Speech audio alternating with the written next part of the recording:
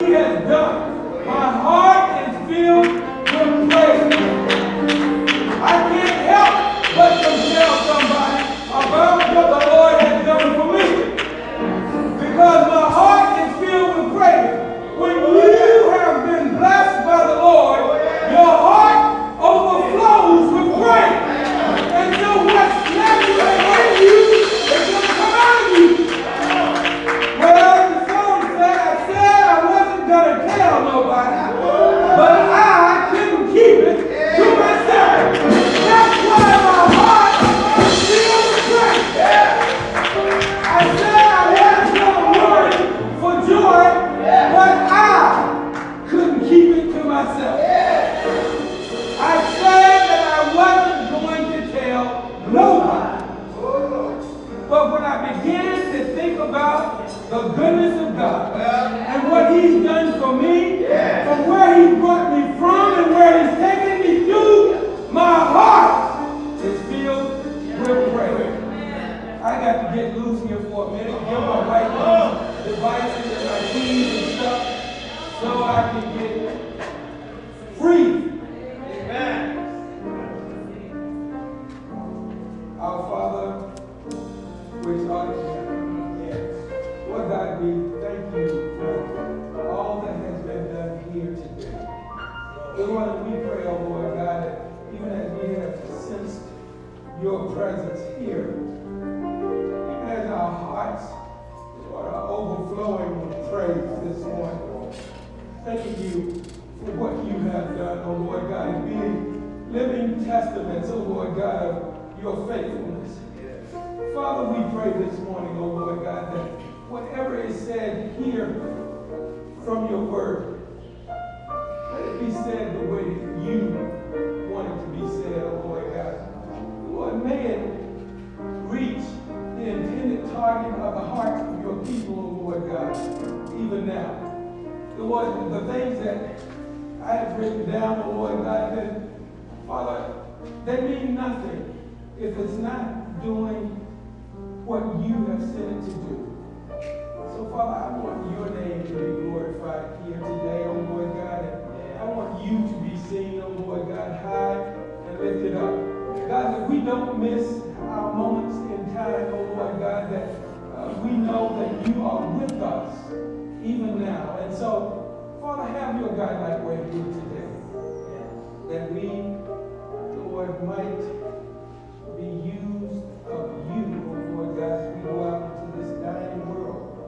Lord, a world that is saying, oh Lord, that they're having fun. A world that is saying that they are sufficient within themselves, oh Lord God. Lord, I pray, oh Lord God, that as we leave here today, that Father, we began to go into the lives of the people that you have sent us to, oh Lord God. And Lord, and may the scales of their eyes, oh Lord God, may the scales drop from their eyes, oh Lord God, and begin to see you, oh Lord God, in a different way. Lord, we pray that this is what we want to do, is to magnify you, oh Lord God, and enjoy you in the earth. So, Father, have your way in our lives even now. In the name of Jesus, we pray. Amen. Amen. Amen. Good morning, saints. And good morning to each of you that are out there on the web that's joining us. We thank you for being a part of the service here at Cornerstone Church of God here in Columbia, Maryland today. And I'd like to thank you. I'd like to thank our pastor and our first lady as they are away getting some much needed rest and relaxation. And we thank God for them, and we pray that the Lord will meet them right there in California with their family there, and it be a restful and a relaxing visit there. Saints, this morning our word is found as we have notes that are prepared for you. Our word is found in the book of Esther. Everyone knows the book of Esther. But let's just read this real quick, and then we'll get on to what I believe the Lord has given me for this hour. Esther 7.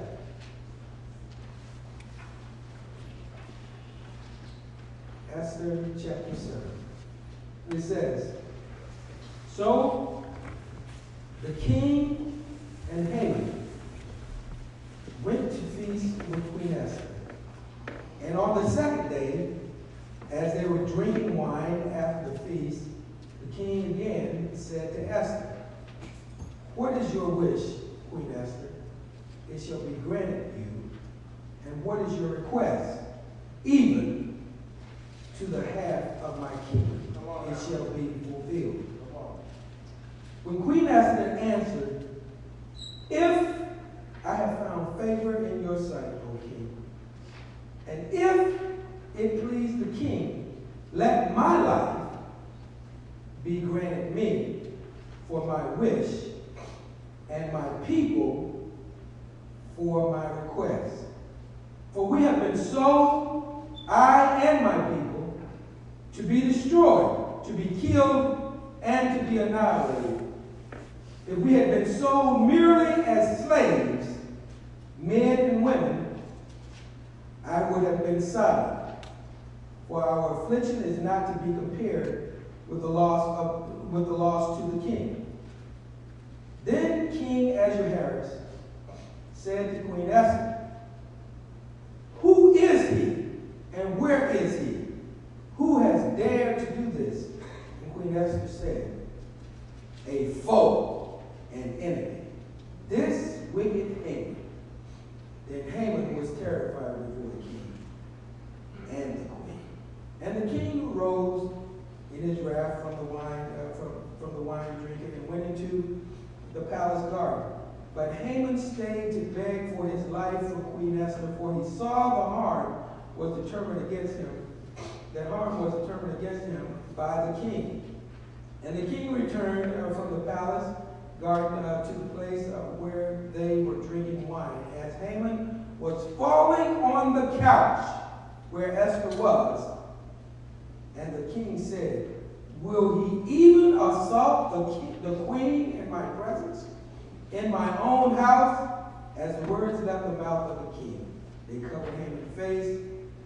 Then Harbona, one of the eunuchs in attendance on the king, said, 'Moreover, the gallows that Haman has prepared for Mordecai, whose words say the king, is standing at Haman's house, 50 cubits high.' And the king said, 'Hang him on that.' So they hang Haman on the gallows that had been prepared for Mordecai. Then the wrath of the king abated." Amen. My text, that's the text. The title of the message today is, don't miss your moment. Timing is everything. Amen. Timing is everything. In the span of this life that we have, and I'll tell you, we go through life journeys and we so often miss key moments along the way that could have been life-changing if we had recognized it, not only for us, but for others that are attached to us. Now, I told you guys last week how much I appreciated all of the outpour of sympathy that you expressed towards our family, and I do. It's been a rough month for the Cox family, in that my sister, Valerie, we lost her on October 14th. Now, I was prepared for that. I was prepared for that. It wasn't what I knew was, it wasn't what I knew was probably the best decision that she would make. But I was prepared for that. So I was okay, so to speak. But 4 days after we buried my sister, I get this horrible call that my nephew was in a head-on collision accident and was killed instantly. That was her son. And I wish that I could tell you, I wish that I could describe it, more dramatically, but I can't. And all I can say is, it was as if someone was absolutely sucking the breath out of me. On that Thursday, I got the news on that Wednesday night. It hadn't sunk in, and then that Thursday morning, it began to sink in, and it felt as if someone was opening my mouth and just sucking all of the breath out of me. It was just that devastating to me, and I began to spiral down from that point until that Sunday when I was here at the altar, and Deacon Ricky and I think it was Brother James Taylor were standing there with me, and it was just at that point that I broke, simply because I was drifting along life's lakes, just drifting, enjoying the sceneries on the lake, enjoying life, so to speak. But then it was almost as if a fog came in, a thick fog. I thought that I knew where I was going, and I thought that I was going to get there. I thought that I could see the shore, and if I couldn't see the shore, I certainly had a lighthouse over there that could point me to where the shore was, that I was going that way. But sometimes that fog rolls in, and you lose your way. You don't hear anything. You don't hear or see anything. You can't hear anything. And it's those times that we wonder and we ask ourselves, does God really care about where I am? Because I'm seeming to pray and my prayers are going unanswered. I'm going to church and I can't seem to get a word. I'm ministering to people, but it just seems as though I'm not giving them what they need.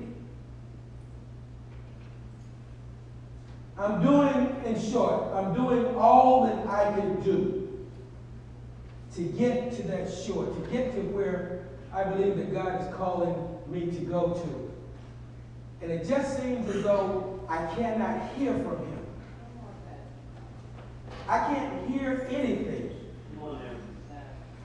Y'all might be going through a situation in your life right now. You might be. I got this revelation that I'm trying to impart to you through some hurtful stuff. And I'm just telling you, it was hurtful. I'm better now that I can talk about it, but honestly, it was hurtful. So what do you do when you cannot hear from the Lord? When you need, inevitably, when you're calling out to him, you need to hear from him now. Yes, yes, yes. Right now. Because you know that if you don't hear from him, you are going to lose your mind. You know that if you don't hear from him, calamity is going to break out everywhere. You know this. I don't know what it is that you might be facing or that you might have faced, but I'm just asking the question, what do you do in times that you see it seems as though heaven is shut up? It seems that, you pray and you just pray and you pray and it seems like they're just going nowhere. Words are hollow. When it used to be when you prayed and you knew the connection was there and you were getting the breakthrough that you needed and you were seeing deliverance on all hands. It's not there anymore. In fact, you're just drifting along. You're rowing. Some days you're rowing harder than others. It might be an extended period of silence. And I'm convinced that that's exactly what was going on in this situation with Esther and Mordecai. I'm convinced. We pick it up in chapter 7. But the backdrop was this, and that was Esther.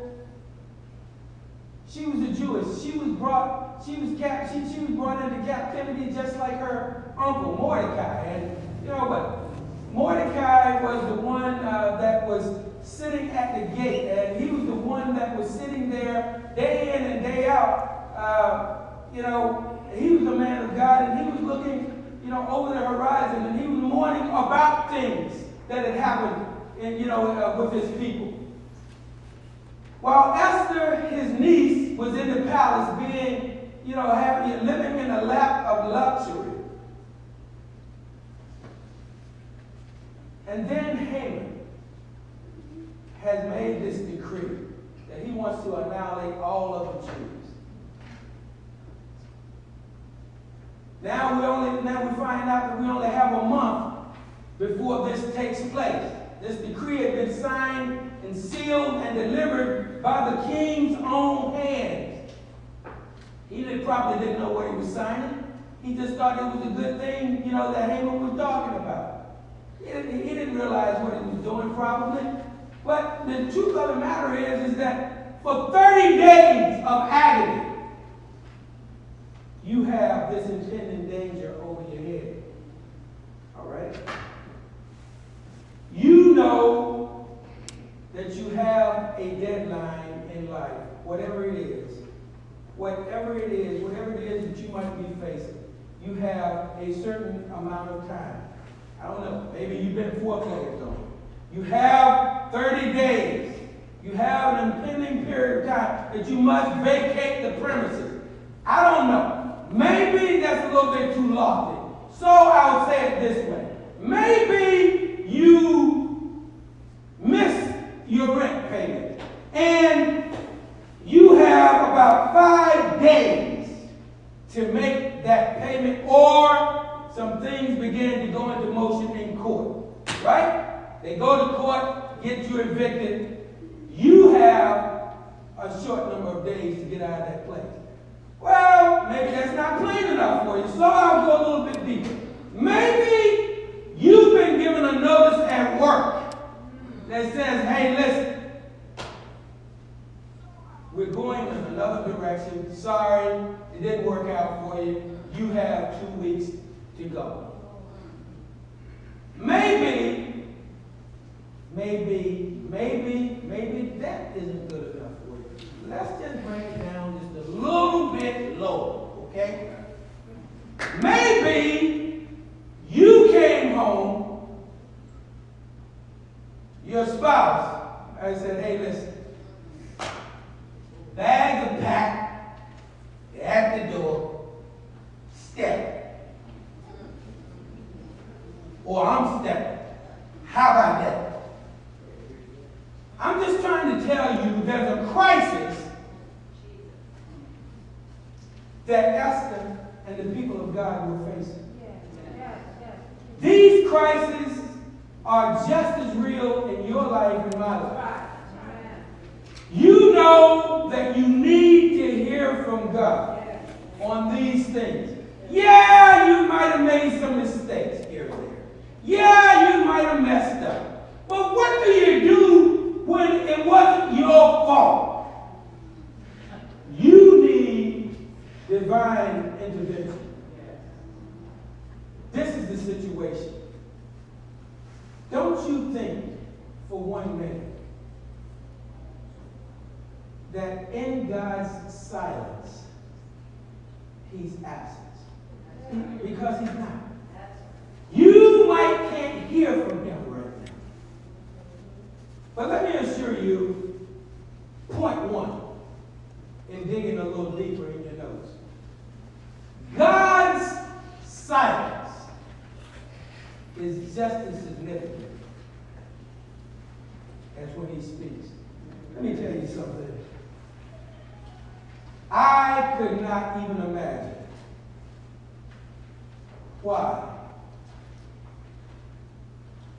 my nephew was taken so soon after his mom was taken. I could not even imagine. You know, it was almost like a delayed effect. The bottom drops out with my sister passing. I'm still standing.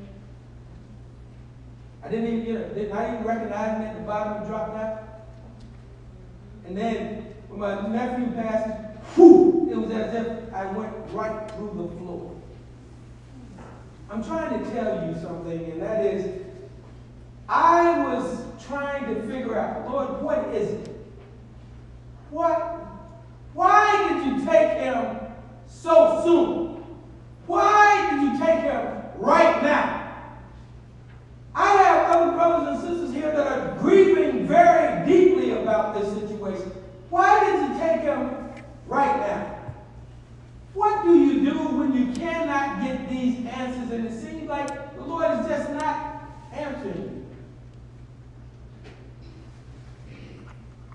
Saints, I'm going to tell you that what I've learned is his silence is just as important. It's just as important as when he speaks. I never have asked him the question. I never have asked him a question that all people seem to ask him. Lord, if you are a good God, then why are you letting this happen to me? Well, why not me? Yeah. Why not?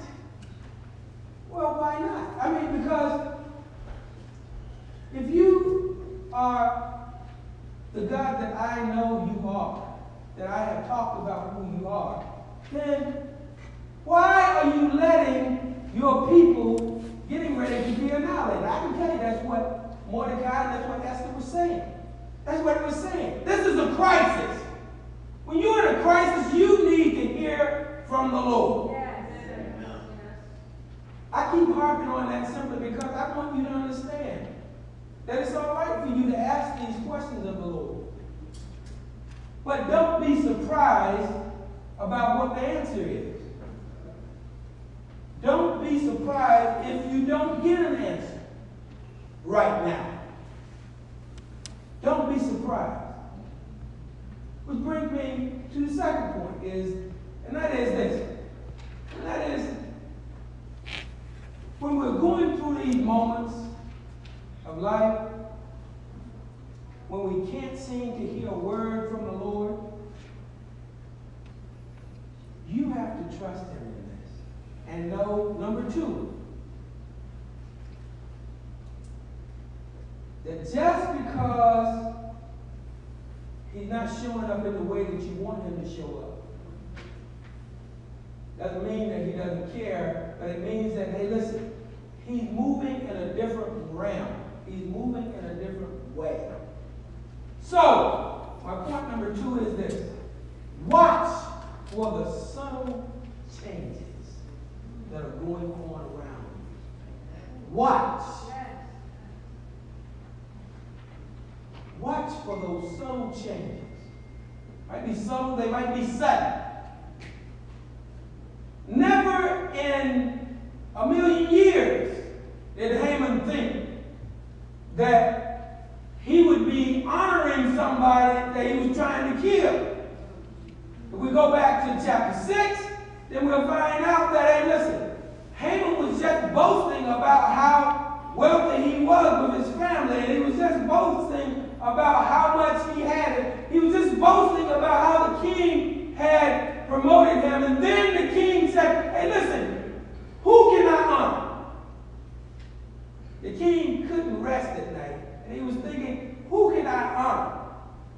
changes, subtle changes in the kingdom.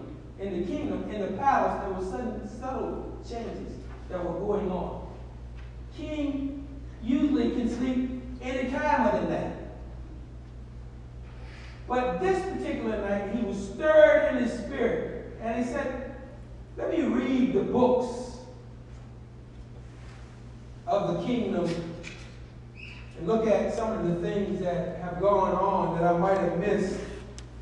And then, in the annals of time that he kept, he found out that there was a plot that was hatched against him to kill him.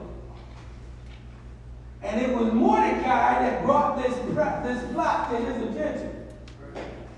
Mordecai.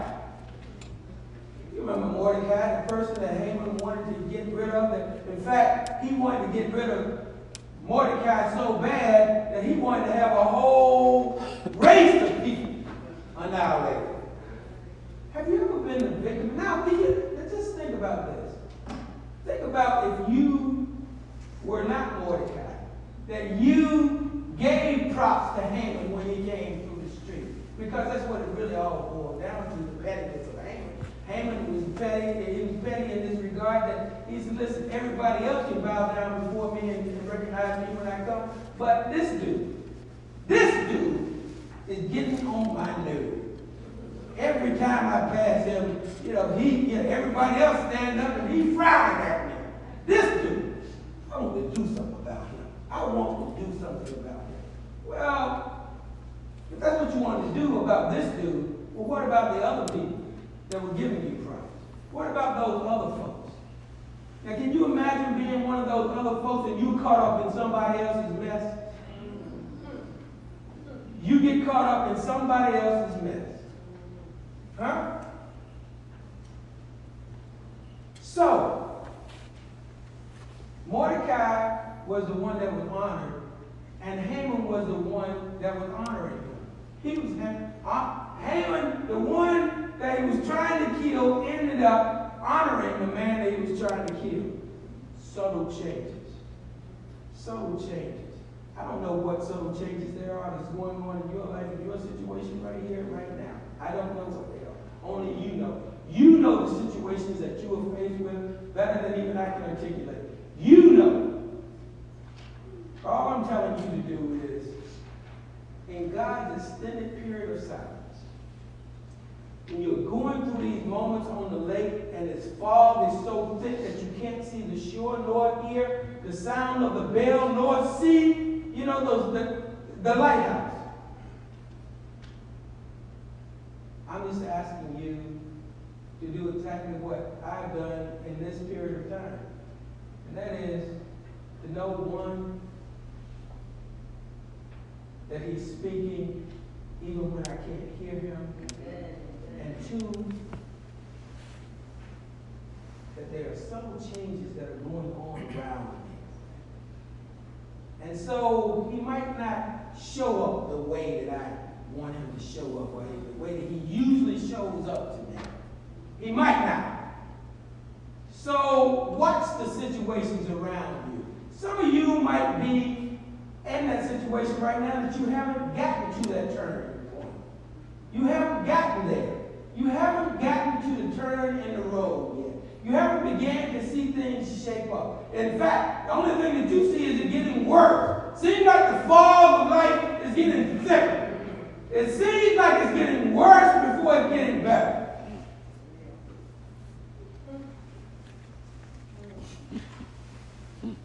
Because I can tell you that that's exactly where I was. Right after my sister died, then my nephew died, and I was in the midst of going through a whole job change before any of that happened. That was traumatic. Last year, this time, I can tell you that, hey, listen, I was in a situation where I was the apple of I was the apple of the darling of the company. But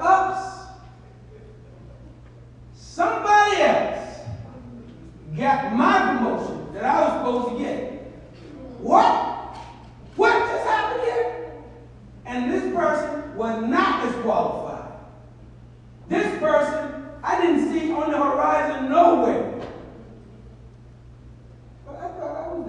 regardless of the company. What happened? So what that did, after I got to that point, then it just seemed as though it got worse, because now the person that vacated the position that I was supposed to be having, then he decided, hey, listen, I'm not going to train this dude who's coming in. I mean, that's up to him to figure it out. You know, Mike, maybe you can help. For me being the team guy that I am, sure, why not? Lest I be accused of being bitter, which I was. Yes, yes, yes, yes, yes. Yes, yes, I was bitter. I worked for that. Yes, I was bitter. But the fact of the matter is here I go. I have to swallow this bitter pill day in and day out. And let me just tell you, it wasn't getting any easier. In fact, the more I talked to this guy, it seemed like the dumber he got. I'm just telling you. I'm telling you the truth. I'm really being honest with you. And it just said he was asking me ridiculous questions that I was like, are you kidding me? Really?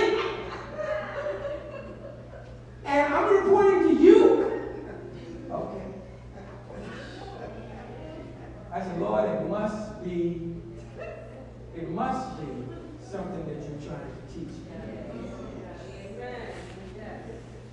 The sovereign hand of God is always at work in your life.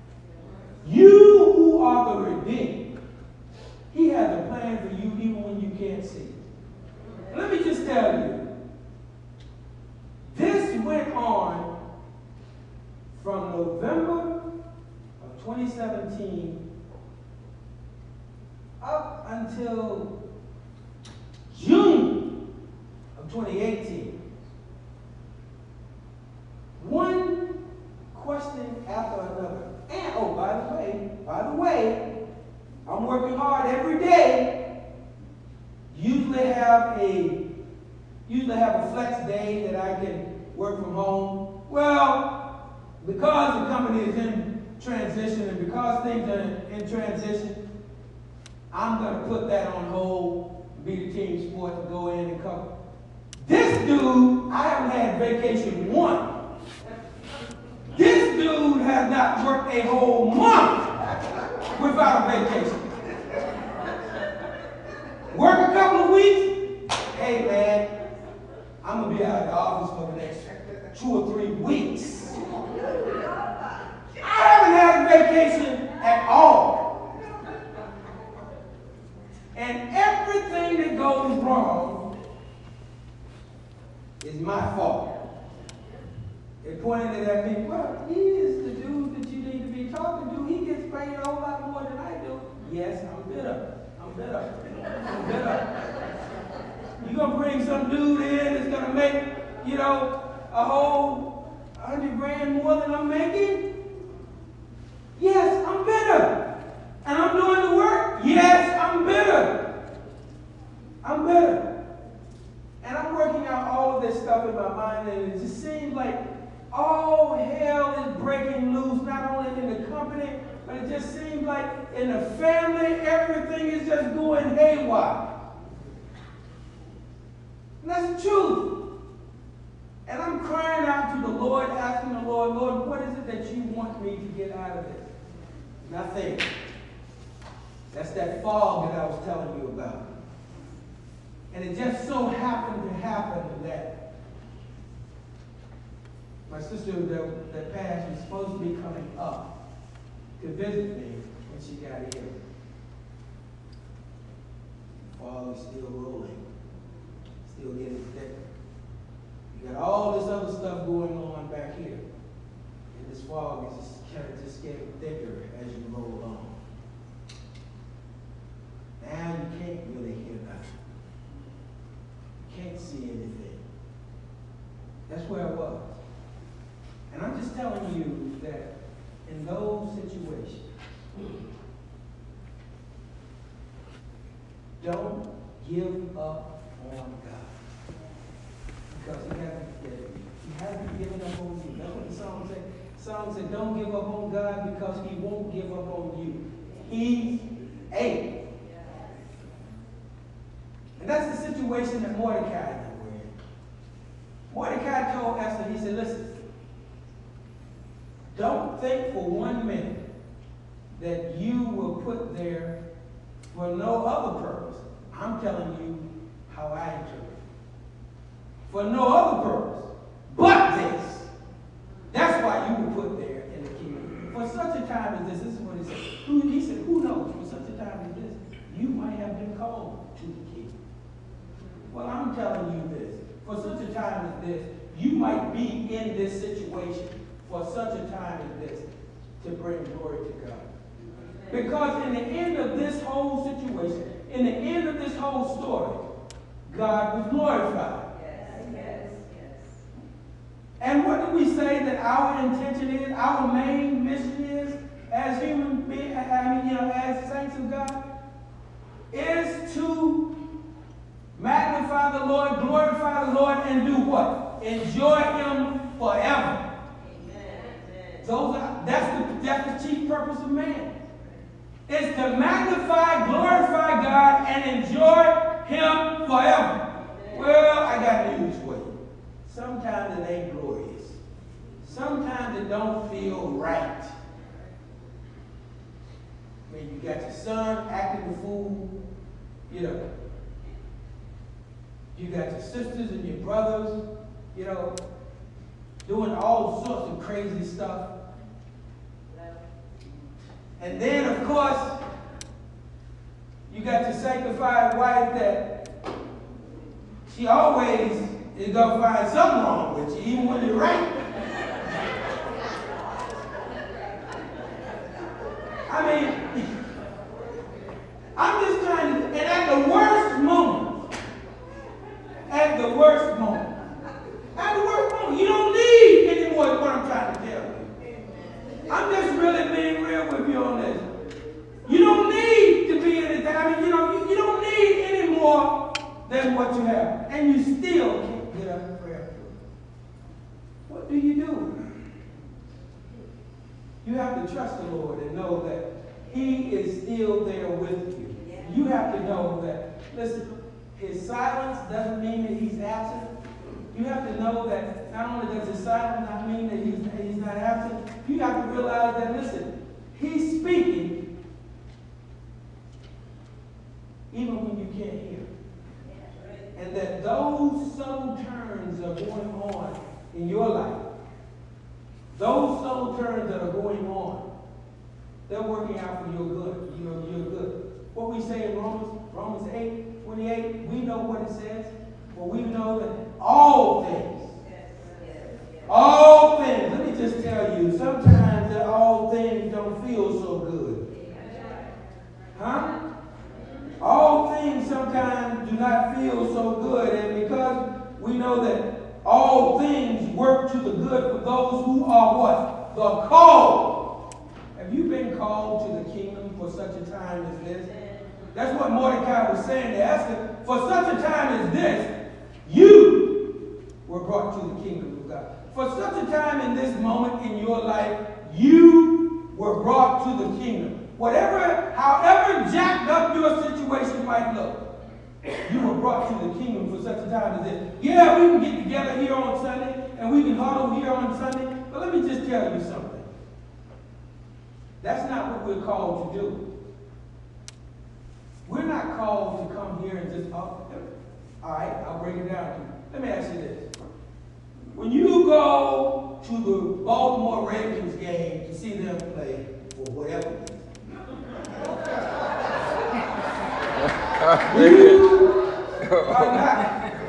you are not going to see them, you're not going to just see them huddle.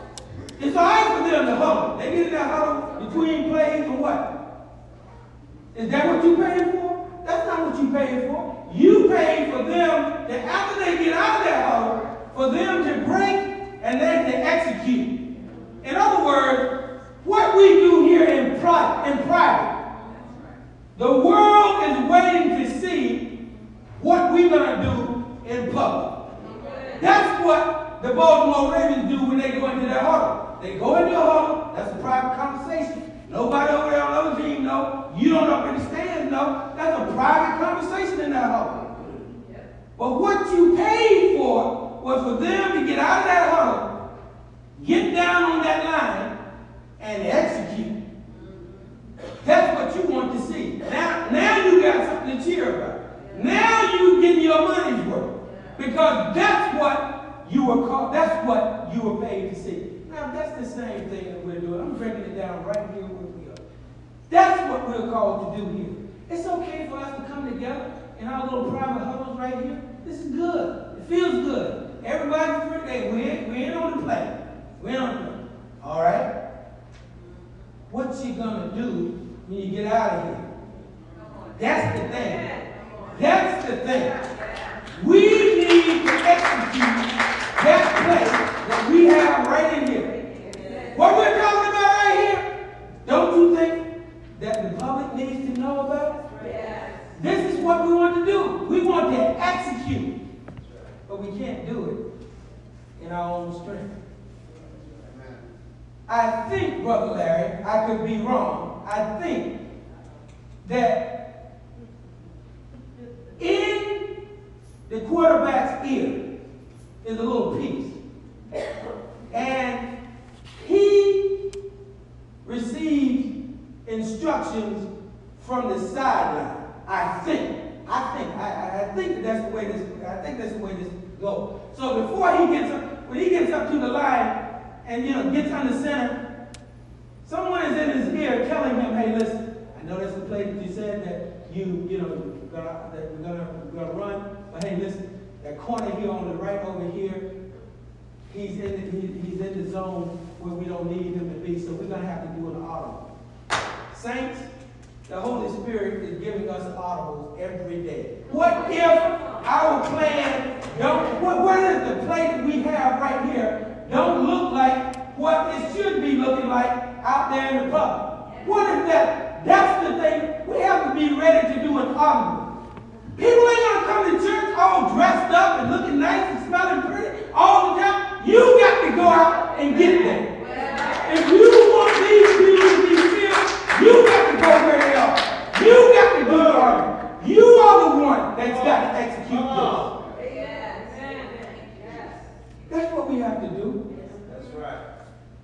It's not about what we do here in these huddles if we can't put that on display when we get outside. It's all about magnifying the Lord. Now, when that play is run, and one of those receivers going into the end zone, the touchdown against the Cincinnati Bengals or somebody, that is not against Pittsburgh Steelers. When that receiver goes into the end zone, when that receiver goes into this, not only are the people excited, but guess what? The whole team has benefited from that.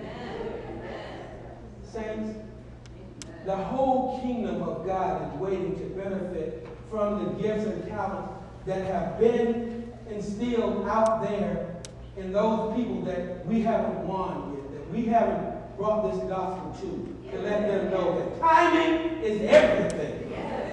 Timing is everything. So if we're going to live it, then how does it look?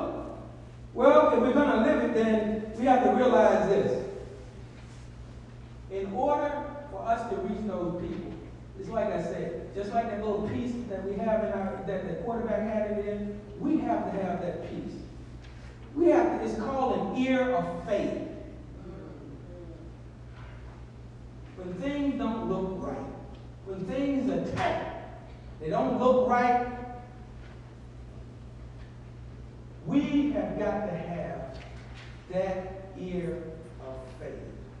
To trust God, to believe that He is going to do what He said He's going to do. It might not look right. And that's what that ear of faith does, is say, hey, listen, you got to run an argument here. You got to change the play, in other words. I forgot the people there,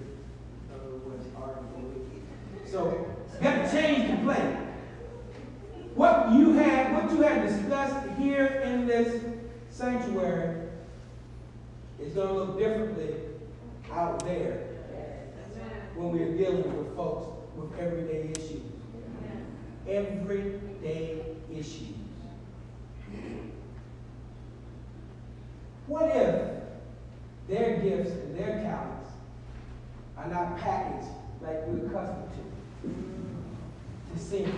What if their gifts and their talents, are not wrapped the same way that we're accustomed to seeing them wrapped? Does that negate their gift or their talent? The answer is no. The answer is no. It doesn't negate their gift or talent. It means that we have got to begin to see with the Holy Spirit and through our eyes. Through our eyes, but with the Holy Spirit. Amen. But we won't do that if we don't have an ear of faith. This is how we're living this thing out. Because at the end of the day, we want to live this thing out. Yeah. Mm-hmm. And we have to have an ear of faith to live this thing out.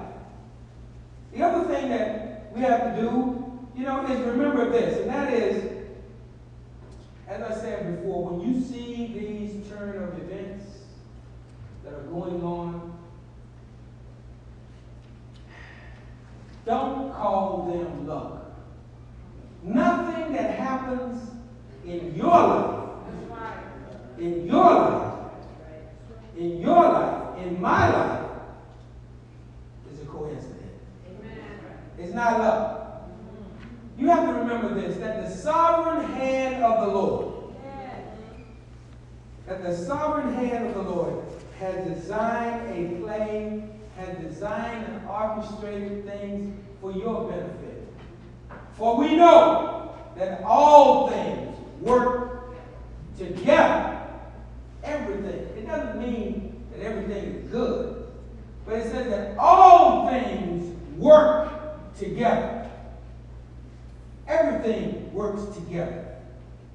To get that cake, then you got to start out with, I don't know how I'm just saying. I'm just saying, I was only the beneficiary of the cake. I wasn't the cake maker. So I can only just tell you a little bit about what I know about the cake, but what I used to see my mom do. Honestly. Because when Sister Marlene began to do cake, I get out of the way. Meaning that I don't want to know what's going on in the kitchen. I will, because if I'm around, then she might come up with some errand or something that she might want me to run or something. I ain't trying to do that. When I'm home, I'm trying to be home. I'm trying to. But I'm told that in the cake making business that you have some eggs and you have some flour and you have some butter and you have a whole lot of things that go in there. But if you have all of that stuff to go in there and you put it all together and it's not, in and of itself, it's not a cake. It's not until you mix it together. It's not until you stir it up. Saints, let me just tell you something. God is trying to stir some gifts up in your life. Amen. You might bring this to the kingdom. I might bring that to the kingdom. God is trying to stir these gifts up in you so that we can have a nice cake. So we have to remember this, and that is, listen, the sovereign hand of the Lord has orchestrated your life and my life to benefit the kingdom, but you will get the overflow. So if there's anything that I want to tell you about this season that you're in is, listen, don't miss your moment. Know that timing is everything. Esther knew that the right time was everything. She just couldn't blare something out, to the king. She had to set the stage. How about this? How about if the Holy Ghost is setting the stage in your life through trouble? How about if the Holy Ghost is setting the stage in your life through the pain that you're enduring? How about that? He's setting the stage. Whatever situation that you're going through.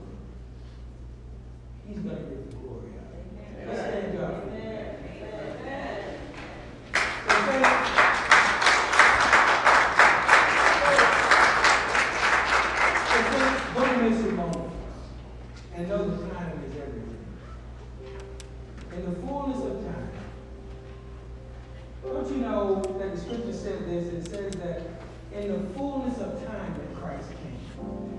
That's what the scripture says. And do you know that from Malachi to Matthew, from Malachi to Matthew, there's a period of 400 years. Hey, we can go back even further. We can go back even further. We can go from Joseph to Moses. There were 400 years. To bring it close up to today, over 400 years that we as black folks were enslaved. And the silence of God seemed to have been deafening. 400 years with Joseph and Moses, 400 years between Malachi and Matthew, 400 years in our life. But the truth of the matter is that we know that God was working things out all along. He's working things out in your life. I can assure you that no matter where you are, no matter what you're doing, He's working things out in your life. He's able. And that's what He's going to do. He's going to do the things that He's called you to do in your life. So saints, if we could just come to the altar and we're going to pray around this word just a little bit. And I don't know what your situation is. I don't know what thing that you might be facing. I don't know what problem you might have that you have petitioned God for the longest. It seems like you just haven't gotten the answer. It seems like heaven has really been silent.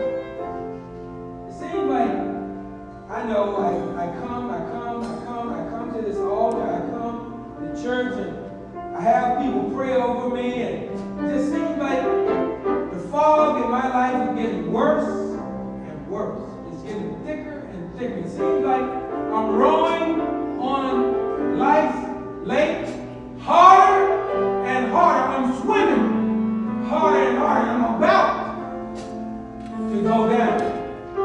That's the truth of it. I'm about to go down. But it reminds me of a silence about 2,000 years ago that as He was hanging on the cross, He said, "Why, Father, why have you forsaken me?" And all of heaven was silent. Don't you know that Christ knows right where you are? He knows of the silence that you're experiencing because He endured that silence in His life, right there on the cross. When He couldn't hear anything from His dad. And right now, you need a touch from the Lord is all that you can do. And I'll tell you the truth of the matter, and that is, I'll tell you what I told my sisters and brothers. I'm usually the one to come to when they have a problem. Because I got some answers for them. I'm sad to tell you this morning, saying that, well, I'm glad to tell you this morning that because of the situations of life that the Lord has allowed me to go through just this year, it's all right that I don't have the answer. It's all right that I'm not in control anymore. It's all right if I can just point to the one that does have the answer. Because that's all I got for you today. I wish that I could tell you that through your trials and through your troubles and through your hurts and through your pain, that after you leave this altar, it's going to get a whole lot better right away. Wish I could tell you that. But I stand as a witness here today to tell you that it hasn't gotten any, it seems like it hasn't gotten any better for me. But I can tell you that it don't hurt as much as it used to hurt. I don't know if you've ever felt the pain that I felt. I don't know if you've ever cried the tears that I cried, but I can tell you this. There's going to come a day that I can agree with what Teddy Pendergrass used to say. That it don't hurt. Now, there's going to come a day when it's right now isn't the day. But so what I have to do right now is trust in God's time. And don't miss the moment that He's given you. Because out of your hurt, out of your brokenness, He is doing something. And He has something prepared especially for you. Especially for you. Oh, yeah. That no demon in hell will be able to take away. It's loud. You don't get No system, no person, nothing will be able to take it away from you. But after you suffer a little while, it's going to keep us living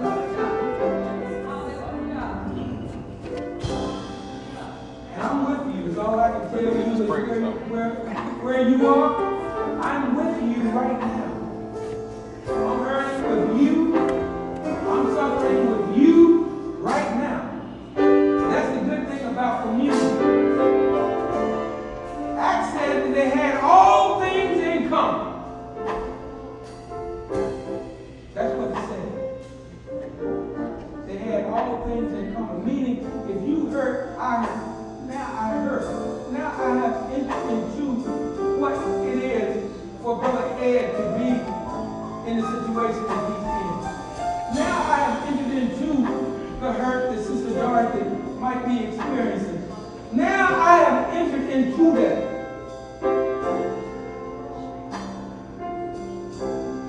Now I have. Father, I thank you for your word, Lord. I thank you, Lord God, for what you have done, Lord, in the lives of everyone, of my brothers and sisters. Lord God, I pray, Lord God, that we catch the meaning, Lord God, that is, it's your sovereign hand that's at work. We might not understand everything that's going on. We might not understand, Lord God, how, Lord God, you are ministering to our broken hearts. But God, we trust you. Lord, we're listening, Lord, to what way you're calling in our lives, oh Lord God. We're trying to hear, Lord, what you are saying. So Lord, we ask you, oh Lord God, over and over again to speak to our hearts, oh Lord God. Lord, we're listening, oh Lord God, for watching for the subtle changes, Lord, that are going on around us. And Lord, it seems